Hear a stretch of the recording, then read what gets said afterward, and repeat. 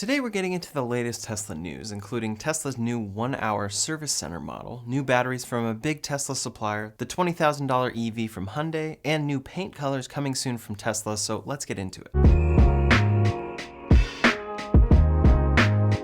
First up today, an update to Tesla's supercharger network. As we talk about a lot, the supercharger network is one of Tesla's biggest advantages, but they are planning to open it up to other EVs soon. This would add lots of charging options for any EV, as Tesla is rapidly expanding their supercharger network each day. They reported on this growth on their Q2 earnings call, and it's impressive to see. Last week, we saw plans revealed for a new V4 charger from Tesla. This is a new design that's larger than the current one and likely would feature updated charging speeds and a CCS connector option. CCS would allow other EVs to charge easily, just like Tesla does over in Europe. We've heard details about Tesla adding CCS to their supercharger network in North America so that other EVs can use them. Elon Musk said it's a little trickier in the US because we have a different connector than the rest of the industry, but we will be adding the rest of the industry connector as an option to superchargers in the US. While Tesla hasn't given a timeline, the White House officially reported that Tesla is moving to open chargers by the end of this year. Quote, later this year, Tesla will begin production of new supercharger equipment that will enable non-Tesla EV drivers in North America to use Tesla superchargers. This is of course expected to be CCS compatible superchargers, and while Tesla's motivation here is partly to hold true to their mission, it's also to open them up for some government funding on these chargers. The government wants more chargers, and arguably as well, even Tesla aiming for that funding is just helping them expand charging options for electrification in general. In any case, according to the Wall Street Journal, Tesla already has a national network of fast chargers for its own drivers, but they aren't available to other types of vehicles in the US. For a year, the company has said it plans to open its US network to others, though details about timing and whether it would open existing stations or new ones have been sparse. Recent regulatory filings and other documents indicate that the company is applying for public funding that, if granted, would require access by other makers of EVs to the network. So this funding can only be secured if the chargers Tesla builds with it are available to any electric car, and the funding won't be in place until later this year at a federal level. However, at the state level, quote, while federal infrastructure dollars won't start to become available until later this year, Tesla sites in Willows, Barstow, Coalinga, and Baker are among 17 likely winners of a California grant to help build public chargers.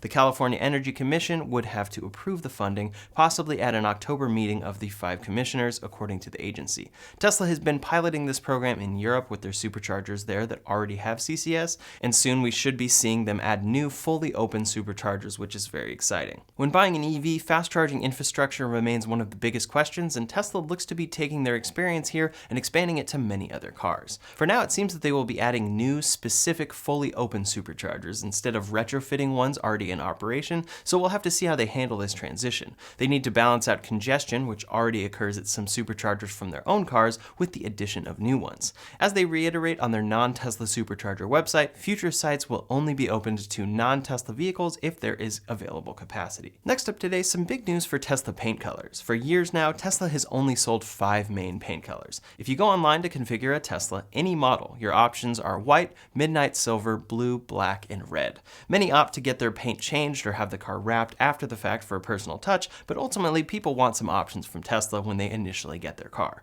A few months ago, Tesla made it so that either white or midnight silver are included paint colors at no extra charge, which arguably helped them sell a little more variety than just white, but for a while now, Elon Musk has talked about new paint colors. In 2020, he said Giga Berlin will have world's most advanced paint shop, with more layers of stunning colors that subtly change with curvature.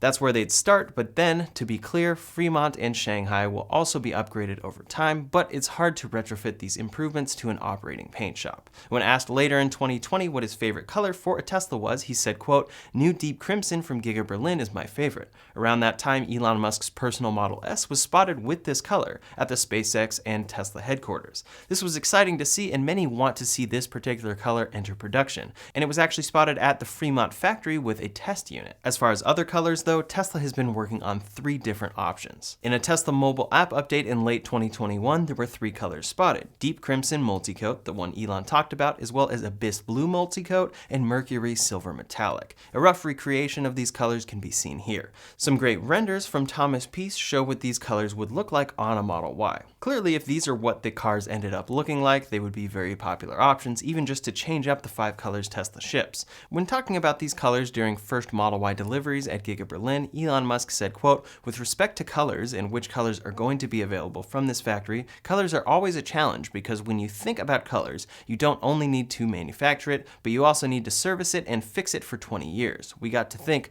what are we going to put the service team through? So if Berlin has an insanely complex paint process and that car has to be serviced, they need to think that all the way through." At the same time though, he added, "We have to be careful with the total number of colors, but we are going to make some special colors here. And it's about more than the color itself, but the layers of paint in order to get the dimensionality. We are going to make a very special red, which probably a lot of people have seen. It's like 13 layers of paint, and we will also have a silver with maybe 8 layers. It's also going to be special, kind of a liquid silver." So he's confirming the Deep Crimson as well as the Mercury Silver Metallic, both of which were spotted in code. At the opening of Giga Berlin as well, a slightly uncovered Model Y was spotted, and it appeared to be in Deep Crimson.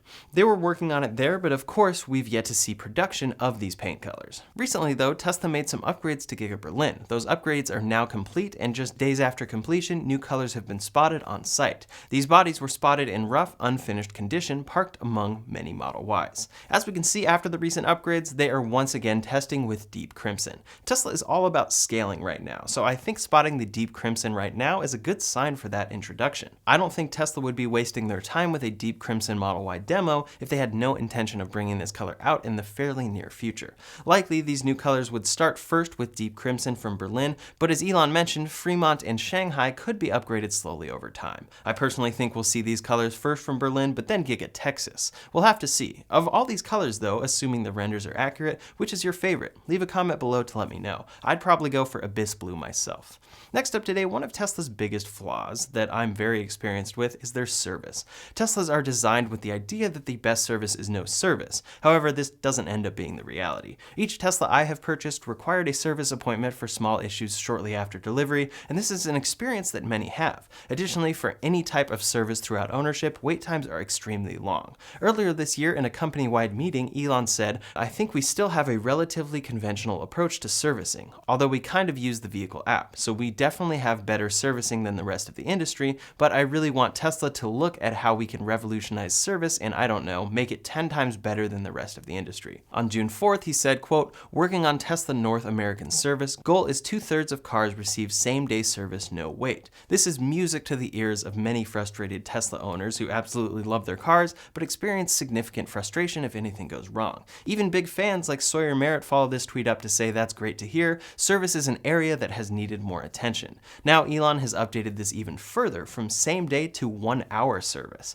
He tweeted saying, "Excited to work with Tesla service to enable same-hour service as often as possible, applying Formula One pit crew techniques to Teslas." This is great to hear, but many have pointed out that at the core, Tesla needs to fix issues coming from the factory and open more service centers. According to crowdsourced data collected by Troy Tesla, around 69% of Tesla buyers needed service within the first 30 days of ownership in 2022.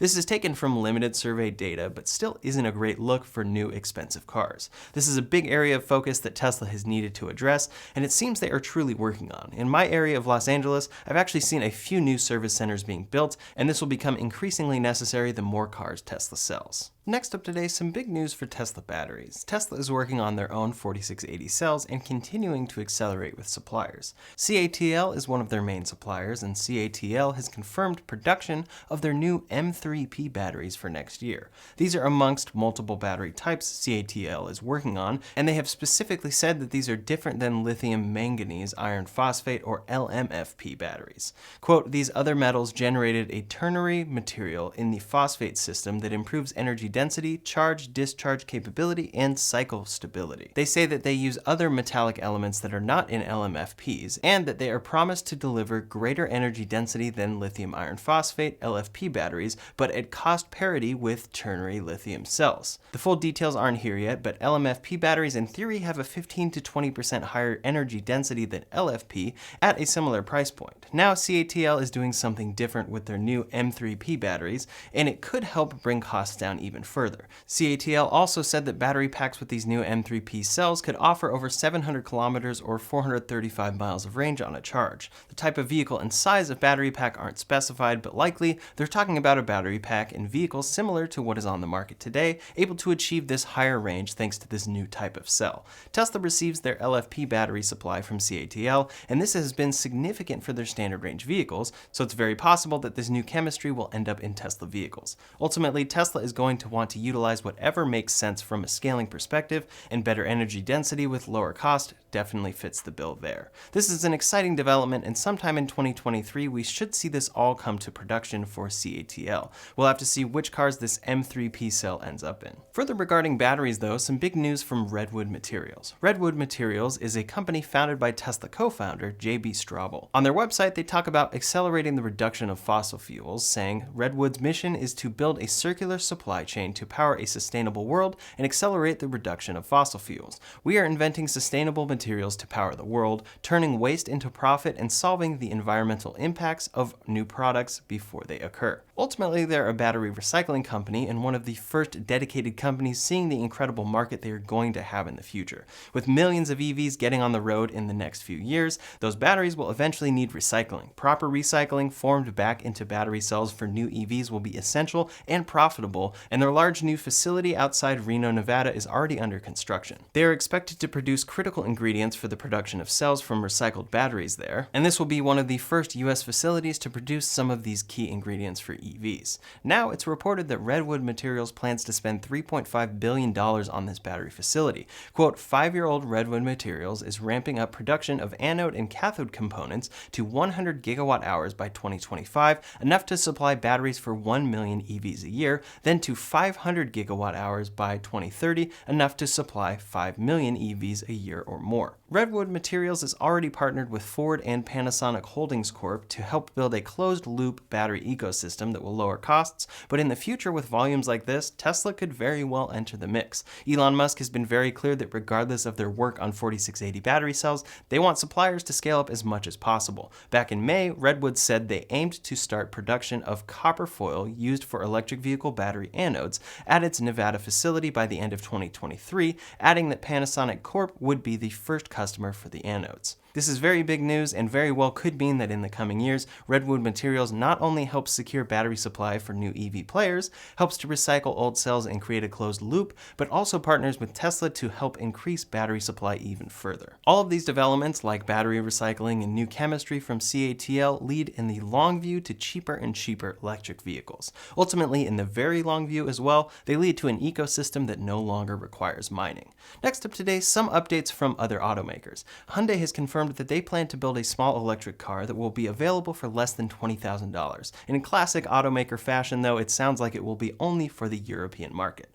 Hyundai said it will be a battery-powered minicar priced at 20,000 euros, which today is around $20,000. It will take some time for them to develop, and it will be tough to sell profitably, but they said everybody in the industry knows the target of this kind of vehicle is 20,000 euros. The car they are aiming to replace with this new electric option is the Hyundai i10, a very small 4-door car that they sell in Europe, India, and other locations. For now, when it comes out, this will likely compete with other cars like it, like the Honda E, but by the time it comes, there will hopefully be a few more affordable EV options on the market. Of course, Tesla has talked about their own $25,000 EV, but so has Ford, VW, and more. For VW, though, they had a big shakeup this week with the removal of Herbert Diess as their CEO. He's been instrumental in their shift to electrification, so this surprises many, but VW is planning to launch a fully electric pickup truck for the US by 2026. This will be launched with the Scout brand, and they tweeted saying, "Scout on its way to electrification. The new brand will launch a fully electric pickup truck in the USA in 2026. This underlines our ambitions to become a major player in the US market." They also note in the YouTube video description that the new car will be designed, developed, and produced there for US customers. Very exciting to see a serious effort going forward with a true electric pickup from a major brand, and many are excited to see the Scout brand resurrected. Likely this will be mostly taking on the Rivian R1T, but a lot could change before 2026. Regarding Rivian though, they are taking a similar software approach as Tesla. The vehicle infotainment system is designed and built in-house by Rivian as opposed to utilizing Apple CarPlay or Android Auto. Many Tesla owners have wanted these integrations, so naturally Rivian owners are asking for the same. But this week they said, "We believe that to create a truly incredible digital experience, an integrated platform that is optimized for our vehicles is the better path. While we do not currently support Apple CarPlay or Android Auto integrations, stay tuned to our newsletter and story blog postings for further insights into various features." Essentially, I think this statement could have come from Tesla or Rivian. They appear to share a similar viewpoint here. On some level, they don't want to partner with or be tied down by another company's software. At the end of the day, though, they want to design every part of the vehicle to work perfectly together. While some feel Tesla's infotainment or Rivian's isn't at that point yet, those companies prefer to work on it themselves and improve it over time with software updates. Over at GM, the launch of the Cadillac Lyriq has brought an interesting discount option. In exchange for a $5,500 discount, customers must sign an NDA and agree to let GM track how they use their car. Quote, "As we transform our business, the launch of our first all-electric vehicle, Lyriq, provides Cadillac some unique learning opportunities. Therefore, we have engaged a small group of early customers who agree to share their vehicle information and customer behaviors. Cadillac will use these learnings to elevate the experience for all our customers." Reportedly, about 20 customers were chosen for the program. This is a very interesting thing to see, but ultimately I think this data collection will be very important for GM. I'd just be curious at what level they are tracking usage and how that may differ from what Tesla collects from their fleet already. The follow-up to the Lyriq, the Celestiq, has been unveiled, and it will be positioned as an ultra-luxury car. The Celestiq is expected to cost $300,000 when it goes on sale, and it will be a fully electric competitor to brands like Bentley and Rolls-Royce. Definitely an interesting car for them to bring out, and we'll have to see if or when it gets past the concept phase. That's all the latest Tesla news for today, so in the meantime, if you want to see what happened to the $25,000 Tesla, you can check out that video linked up here or in the description below. Thanks so much for watching, and I'll see you on the next one.